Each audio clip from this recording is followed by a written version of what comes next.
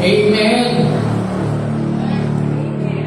Magandang umaga po sa ating lahat, mga giligiliw, mga minamahal ng Panginoon. May pag-asa po sa Panginoon at sa mga patuloy na tumatangkilik at nanonood sa gawain na ito ng Panginoon. Magandang umaga po sa inyong lahat. Pagpalain po kayo ng salita ng Panginoon sa umagang ito. Ang ibabahagi ko po sa inyo sa umagang ito ay bigyan po natin ng pamagat na sino ang iyong ama? Who is your father? Sino nga ba ang ama ng ating Panginoong Jesucristo, mga ginigiliw?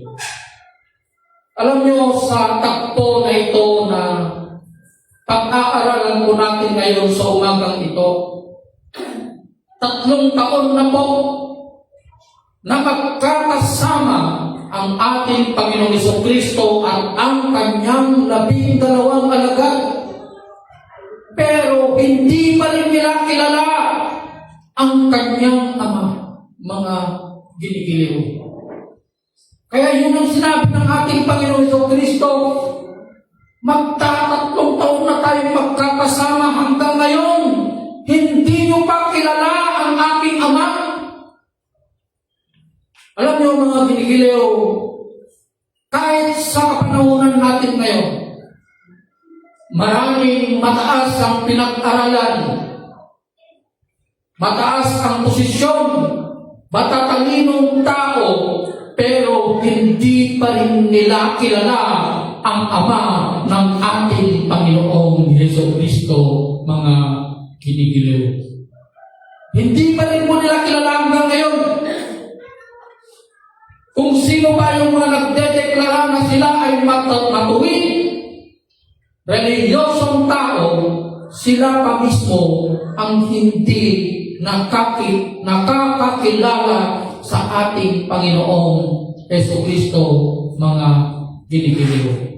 Katulad po ng tagpo na ito, sa John 14:6, ito yung mga alagad ng ating Panginoong Jesucristo na kasama niya sa oras na yun. Ang sabi niya po dito sa 1:14, huwag mapagabag ang inyong kalooban. Sumampalataya kayo sa Diyos. Sumampalataya din kayo sa akin. Sabi niya po, sa bahay ng aking ama ay maraming silid. Kung hindi ito totoo, sasabihin ko ba sa inyong pupunta ko roon upang ipaghanda ko kayo ng inyong matitirhan. Sabi niya po mga ginigiliw. Praise God. May inilaan at inihanda ang Panginoon na silid, special na silid sa kanyang mga pinili, sa kanyang mga lingkod, mga ginigiliw. Alam niyo, ang sinabi dito ng ating Panginoon, hindi lang ito patungkol sa kanyang mga lagad, kundi para rin sa atin na nandito ngayon na inihahanda na ng Panginoon ang silid para sa atin sa kanyang kaharian, mga ginigiliw. Sino ang gustong tumira sa silid na yon, mga ginigiliw? Alam niyo, ang silid na yon, punong-puno ng kayamanan. Hindi ka na mamroblema ng pagkain. Yung hinahanap mo na kayamanan dito sa lupa, nandun na lahat. Wala nang kagutuman, wala nang problema. Di ba? Wala na po. Wala nang iyak. Kundi ang mararamdaman natin ay kagalakan, presensya na galing sa ating Panginoon, mga ginigiliw. At kapag naipaghanda ko na kayo ng matitirhan, ako'y babalik at isasama ko kayo upang kayo'y makapiling ko kung saan ako naroon. Praise God. Isasama daw tayo ng ating Panginoon. Yun ang mararanasan natin kapag tayo ay makipag-isa sa ating Panginoong Jesucristo, mga kinikiliw. Sapagkat ang kanyang presensya, mga kinikiliw, dala-dala po natin ang kanyang presensya, ang kanyang kagalakan, mga kinikiliw. Alam niyo bang ibig sabihin ng joy? Yung sino ang nakaranas na ng kagalakan dito? Amen. I-explain ko sa inyo kung anong pagkakaiba ng masaya at kagalakan. Ang masaya kasi, nagkaroon ka ng bagong sasakyan. Masaya yun. Grabe yung masaya. Masaya ka, di ba? Or nagkaroon ka ng bagong bahay. Masaya yun. Bagong damit. Masaya yun. Pero iba yung kagalakan na galing sa Panginoon. Yung kagalakan, yung joy, yung nararamdaman mo na yung puso mo umaapaw ng saya, maiiyak ka sa sobrang saya. Yung ang ibig sabihin ng presensya ng Panginoon, yun ang ibig sabihin ng kagalakan, joy that comes from God, from Jesus Christ, mga ginigiliw. Magkaiba po yung kagalakan na galing sa Panginoon. Mga ginigiliw, ikaw ay aawit, ikaw ay luluhod, ikaw ay iiyak. Sa presensya ng Panginoon, yun ang mararamdaman mo kapag maranasan mo ang kagalakan na galing sa Panginoon, mga ginigiliw. Sabi niya dito, alam na ninyo ang daan patungo sa pupuntahan ko. Alam na ninyo ang daan, sabi niya. Kaya, alam niyo, ang sabi ni Tomas, no? Panginoon, hindi po namin alam kung saan kayo pupunta, paano namin malalaman ang daan, sabi niya. Hindi pa niya alam ang daan. Kahit sa kapanahonan natin, marami pa rin ang hindi nakakaalam ang daan, mga ginigiliw. Ano nga ba yung daan na sinasabi dito ng Panginoon? Ang daan na binabanggit dito ng ating Panginoon Jesucristo ay walang iba kundi ang kanyang pagkakatawang tao bilang isang Diyos, bilang salita, mga ginigiliw. Kaya sinabi niya, I am the way, ako ang daan. Sabi niya po, mga ginigiliw. Diba? Kasi alam niyo ang sinasabi dito, ang maling katotohanan. Alam niyo ang ibig sabihin ng maling katotohanan, yun ay walang katotohanan, mga ginigiliw. No? Yun ang sinasabi niya, no? Kaya sinabi niya dito na kapag mali ang katotohanan, na kilala mo na mali yung katotohanan na pagkakalam mo, yan ay magiging mali na rin ang katotohanan na malalaman mo, mga ginigiliw. Kaya sabi niya dito, sumagot si Jesus, ako ang daan, I am the way, sabi niya po. Siya ang tagapamagitan, siya ang nagkatawang tao na Diyos, mga ginigiliw. No? Alam niyo, kaya nga paulit-ulit ko itong sinasabi, pinapadaan ko ito sa magandang halimbawa pag-explain sa inyo para maintindihan yung mga ginigiliw. Kasi kung Diyos na bumaba ang ating Panginoong Jesucristo, alam niyo, wala tayong kaligtasan. Mamamatay tayo. Yung Diyos, yung pagka-Diyos niya, yung pagkabanal niya, hindi mo siya makikita, mamamatay ka agad. Lahat ng makakakita sa Diyos, mabubulag at mamamatay. Kaya, ang tanging paraan ng Diyos upang iparanas niya yung kanyang pagmamahal sa atin na sobrang marumi at makasalanan, nagkatawang tao siya sa pamamagitan ng ating Panginoong Jesucristo. Naging tao siya. Bakit siya naging tao? Upang makaabot tayo sa Kanya. Upang malapitan natin siya. Di ba? Malapitan po natin siya.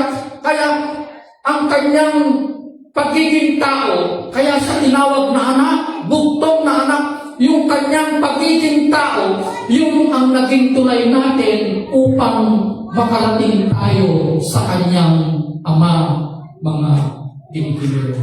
Diba? Kasi kung Ama siya na bumaba, Diyos siya bumaba, hindi tayo karapat-dapat na humarap sa Kanya. Wala tayong, hindi, we are all fall short under the standards of God. Dahil ang tao, sobrang marumi at makasalanan mga ginigiliw. No? Kaya dito sabi niya muli, ako ang daan, ang katotohanan at ang buhay. Walang makakapunta sa Ama kundi sa pamamagitan ko, sabi niya. Walang makakapunta sa Ama kundi sa pamamagitan ko, sabi niya, mga ginigiliw. Anong ibig sabihin dito ng ating Panginoon sa Kristo? Ang relihiyon na may Diyos,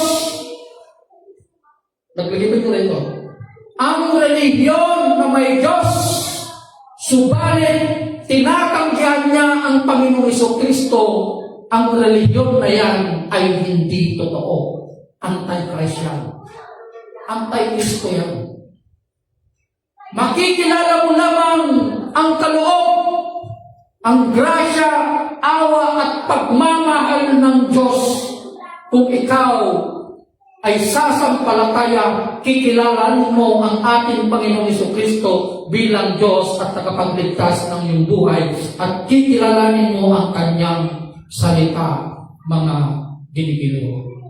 Kaya ang Diyos na hiwalay kay Kristo ay hindi iyon ang Diyos na pinapayag ng salita ng Panginoon. Maraming naglalakad dyan sa dagan. Sinasabi nila si Yahweh ang Diyos, pero ayaw nilang kilalanin ng Panginoong Kristo. Sila ang mga taong anti-Christ, mga ginigiliw. Sila yung mga anti-Christ. Kaya yun ang sinasabi ko, ang Diyos na hiwalay kay Kristo, yun ang Diyos na hindi ipinapahayag ng salita ng Panginoon, mga ginigiliw. Opo. Kaya, maiintindihan mo lamang ang kabanalan ng Diyos. No? The deity of God. Kung kikilalanin mo ang ating Panginoong Kristo at kikilalanin mo ang Kanyang salita.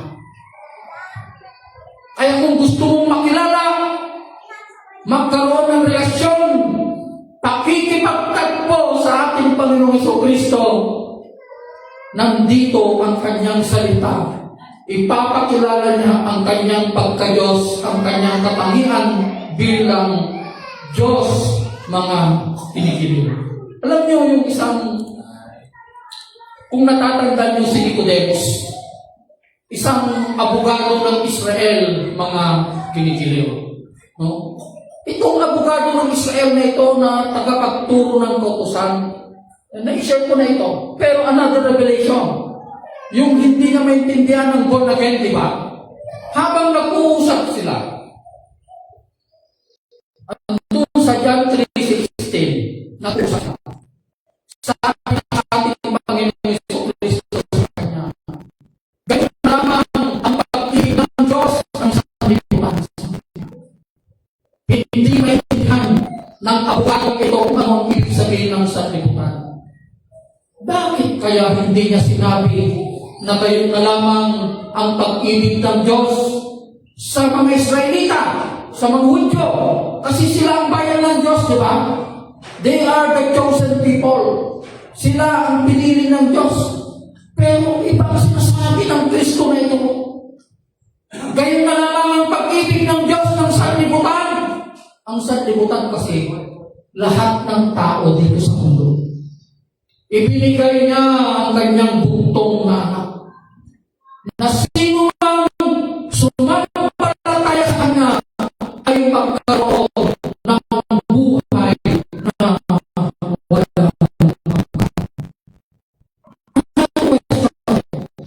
Sino man yung buntong na anak ng Diyos na sinasabi ng Kristo na ito? Sabi, hindi na nagkakaroon sila ng closure sa kanilang pag-uusap na yung sino kaya yung bugtong na anak na ito?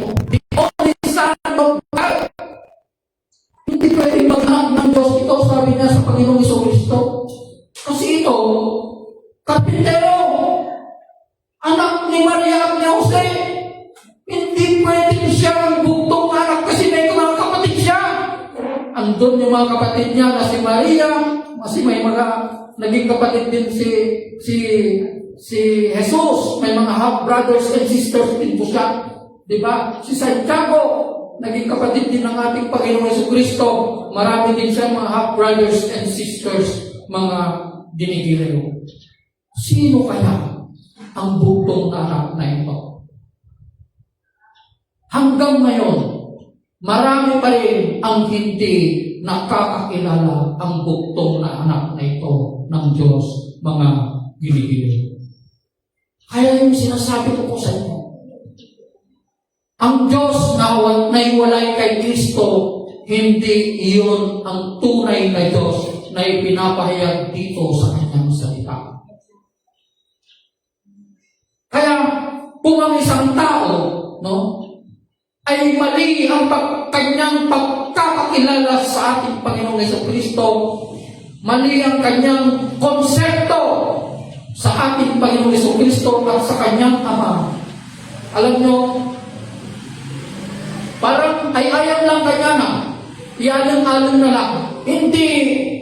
Parang hindi siya masaya sa pagpunta sa church, hindi siya masaya sa paglilingkod sa Panginoon. Kasi, ang pagtingin lang niya sa Diyos na ito, maaring ang Diyos na ito ay nilikha lamang ng kanyang sarili, o nilikha lamang ng tao ang Diyos na ito, nilikha lamang ng kamay ng tao ng Diyos na ito.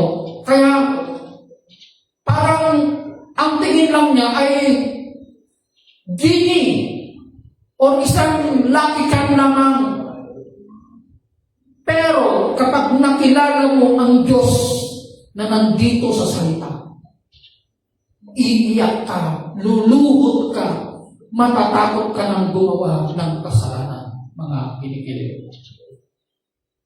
Yun ang nangyari sa aking buhay nung nakilala ko ang aking Panginoon. Akala ko wala ng pag-asa. Akala ko, sobra akong marumi. Sinasabi ko nun sa aking sarili, sobra akong makasalanan. Pumatay lang ang hindi ko ginawa. Pero, nung nakilala ko ang Panginoon sa pamamagitan ng ating Panginoon Jesucristo at sa kanyang salita, hindi ko na binalikan ang mga kasalanan na ginawa ko. Luluhod ka, iiyak ka. Yun ang mararanasan mo kung ikaw ay makikipagtagpo sa Panginoon. Papasok ka sa loob ng kwarto mo, luluhod ka doon, iiyak ka. Makikipag-usap ka sa Panginoon sa pamamagitan ng kanyang salita. Alam mo, pag nagde-devotion ka ng gabi, kahit hanggang alas 3 pa ng umaga, hindi ka mapapagod at hindi ka mapupuyat. Bakit? Sapagkat ang kalakasan mo ay ang ating Panginoon.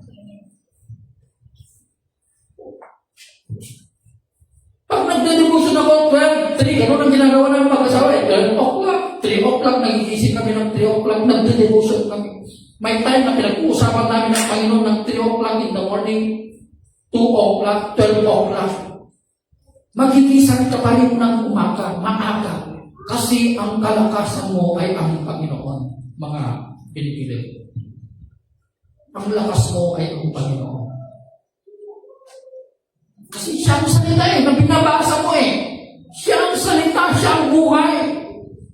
Ay, ang dalay, sabi na niya Sinasabi na po dito. Diba? Pero, kung sinasabi mo na nagdebosyon ka, pero pag gising mo sa umaga, puyat ka, grabe yung stress mo, ibang Diyos siguro ang sinamba mo o dinebosyon mo. Hindi ako naniniwala sa Kanya. Malakas ka pa rin. Kasi ang kalakasan mo, ang ating Panginoong Jesucristo, mga pinipili. Diba? Siya po ang kalakasan natin. Kaya, kung mali yung religion na pinasukan mo, parang nilalaro mo lang. Pwede mo lang, kaya mo lang gawin yung lahat ng gusto mo. Pwede ka lang pumunta sa galyera, pwede ka lang magbabae. Kasi mali yung Diyos na kilala mo eh. Wala siya sa kabanalan eh. Kaya mong manakit ng ibang tao. Kasi iba yung Diyos na meron sa'yo eh. Hindi Diyos na nandito sa salita. Maaring ang Diyos na meron sa'yo, yung Diyos lamang na nilikha ng kaisipan mo o Diyos na nilikha lamang ng tao. Pero, katulad nito, mga kinikiliw, kapag nakilala mo ang Jesus na ito sa pamamagitan ng kanyang salita, magkakaroon ng pagbabago ng iyong buhay. Katulad ni Nicodemus, kailan niya nakilala ng ating Panginoong Jesucristo na siya ang bugtong na anak ng Diyos? Kailan po? Nung ipinako ang ating Panginoong Jesucristo, mga kinikiliw. Nung ibinaba na niya mismo ang kanyang bangkay, nilagyan niya ng pabango, mira, at binalutan ng puting tela, mga kinikiliw. Yung ay pagpapahayag na kilala na niya ang Mesaya, kilala na niya ang bugtong na anak ng Diyos, mga kinikiliw. Kaya doon na niya nalaman ang ibig sabihin ng born again. Na ang born again ay yung patuloy na pagsunod sa kabanalan at katuwiran ng buhay ng ating Panginoong Jesucristo. Kapag sumusunod ka sa buhay ng ating Panginoong Jesucristo, yung kanyang ilaw mapupunta sa iyo, mga kinikiliw. Magkakaroon ng liwanag sa iyong buhay.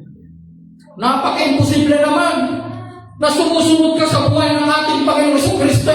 Yung utak mo, kriminal pa rin. Bandido pa rin yung pag-iisip mo ay sumusunod ka sa buhay ng ating Panginoong Jesucristo. Hindi po maaari yun. Naniniwala na kapag sinundan mo ang buhay ng ating Panginoong Jesucristo, sigurado ako, your life will never be the same again. Yung buhay mo hindi na katulad ng dati. Hindi na katulad ng dati. Yung palamura ka noon, iba na yung lumalabas sa bunga mo. Praise God. Hallelujah. Alam mo yung mura ko noon, sa isang araw, pinakamababa siguro ang 400. Basta nagsalita ko, sa dulo ng pakikipag-usap ko, may mura. Kaya nga, nung pumunta yung kapatid ko dyan sa bahay na babae, may mga kapatiran tayo nandun. Mura ng mura, kaya nagtatawanan kami. Siyempre, iba ka na kasi. Iba na yung lengguwahe mo pag Kristiyano ka eh.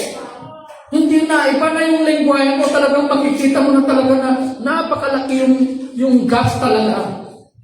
Yung way of deal people, yung pakikipag-usap mo, iba na rin. Iba yung pakikipag-usap ng isang Kristiyano. Maalumamay, may pagkagalang at saka anong tawag doon? May pagpapakumbaba, mapagparaya. Yun ang isang ugali ng Kristiyano. Pero kung wala ang mga ganon na pag-ugali, the fruit of the Holy Spirit na sinasabi sa 22-23, Galatians 5:22-23, ibig sabihin, hindi mo pa kilala ang Panginoong Jesucristo sa buhay mo.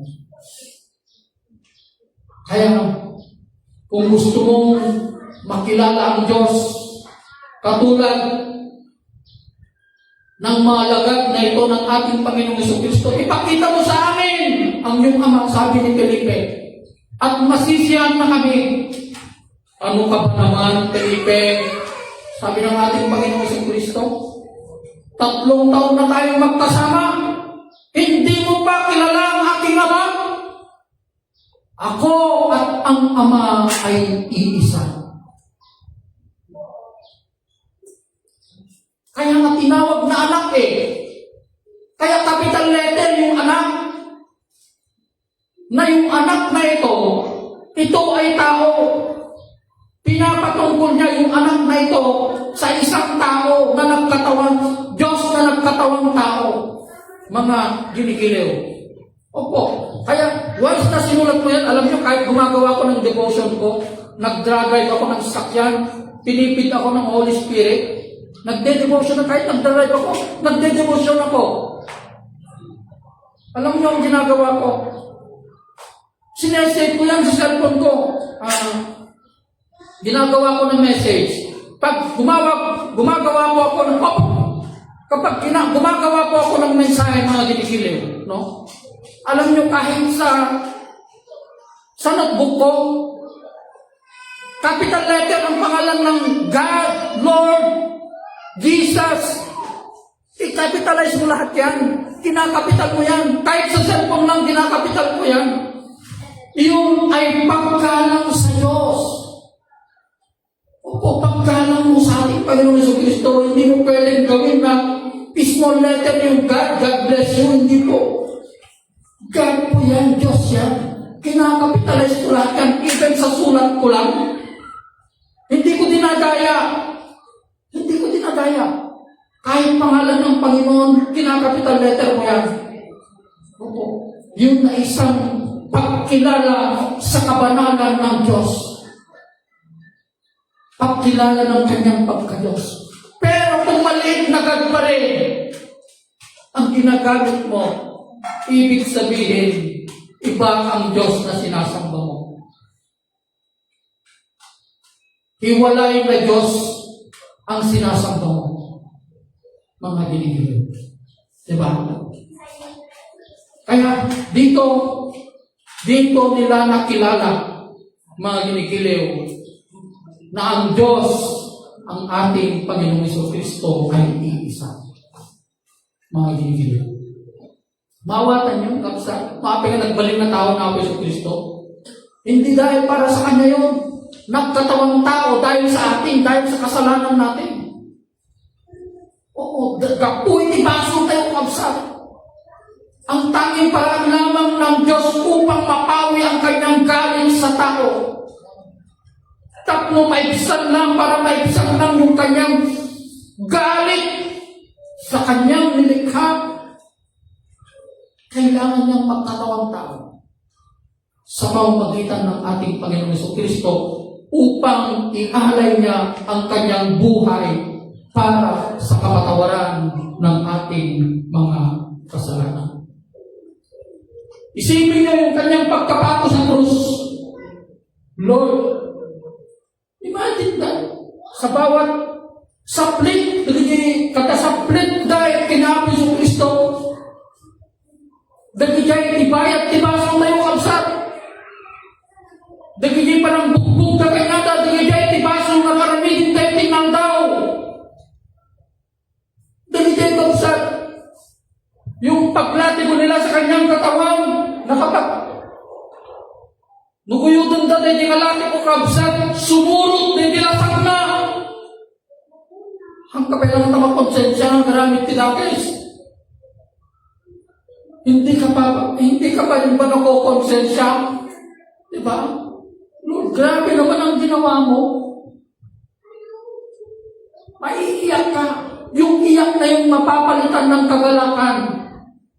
Subukan yung mag-stay na mag-isa sa kwarto nyo. Basahin yung salita ng Panginoon. Iiyak kayo. May time na habang binabasa ko, consider yourself every time na binasa mo ang salita ng Panginoon. You are part of the story. Hindi ka pwedeng basahin mo ito, hiwalay ka sa istorya. Laglagi kong dahil ang nanonood dyan, dahil ito yung nabinasan.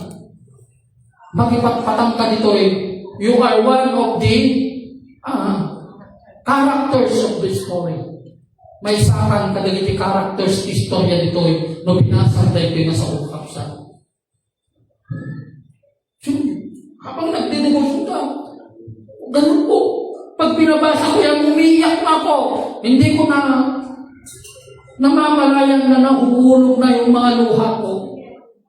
Lalo na pag pupunta ka na yung lugar na kung saan talagang binugbog nila, dinuraan nila ang mukha ng ating Panginoon Jesucristo.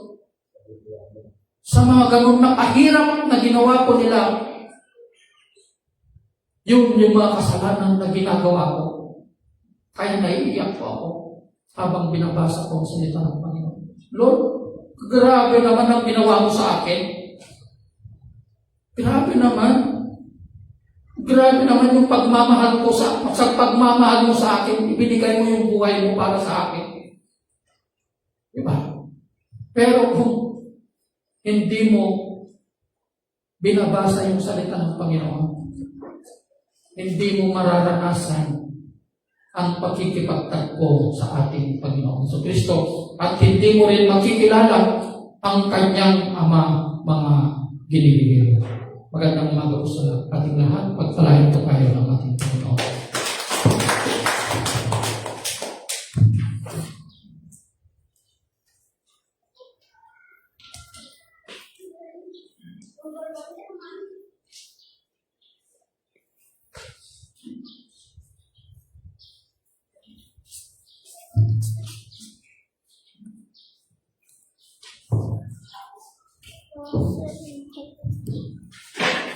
Amen. Praise God. Napakaganda po yung mensahe ng ating Panginoon. Meron lang po ako gusto i-point out doon na kilala mo ba ang iyong ama? Diba? Kilala mo ba ang iyong ama? Meron kasabihan na sinasabi niya doon, tell me who your friends are and I will tell you who you are. Balik ka rin naman. Sabihin mo sa akin ang inyong ama at sasabihin ko sa iyo kung sino. At kung sinasabi natin ng Diyos ang ating ama, makikita sa atin ang attribute niya. Yung attribute ng Panginoon, ama mo ang Diyos, kilala mo ang Diyos, kung ang Diyos, pagka-Diyos ng Diyos ay nasa sa iyo. Marunong kang magpatawad na kahit hindi nakapatawad-tawad. Marunong kang magmahal kahit hindi na karapat dapat na mahalin. Marunong kang magpasensya. Hindi ka magagalitin. Ang mga yun with the fruit of the Holy Spirit was there. Is there, God? Anyway, there's one point na sinabi niya doon na paano sa puso ko. Nasabi natin, magiging special tayo. Dahil ang sinabi ng Panginoon, mauuna na ako doon. Naano ko dapat mag-share si Pastor. No, grabe naman. Diyos yun. Pero siya ang maghahanda para sa atin. Are we ready to enter into that mansion? Ready ba tayong pumasok doon sa inihanda ng Panginoon sa atin? Balik mo nga saldi doon sa John 14. Ano yung 14? Alam ba din? Sige. Yung mga Bible natin, ano natin. Sinabi niya, mauuna na ako doon upang ipaghahanda ko sa inyo. Ipaghahanda ko ang silid na titirhan niyo. Ama natin ng Diyos, di ba? Now, there is a situation. Pag may bisita ka ba, pinaghahanda mo rin ba yung tirahan ng darating ng bisita mo? Abay, ang nagkatitano, madalawin ito na sumasampitan na. Ang Panginoon ngay, maunang Diyos yun. Panginoon yun. The Almighty, the Sovereign One, yung may authority sa buhay natin. Pero sabi ng mauuna na ako dahil ihahanda ko ang tulugan mo.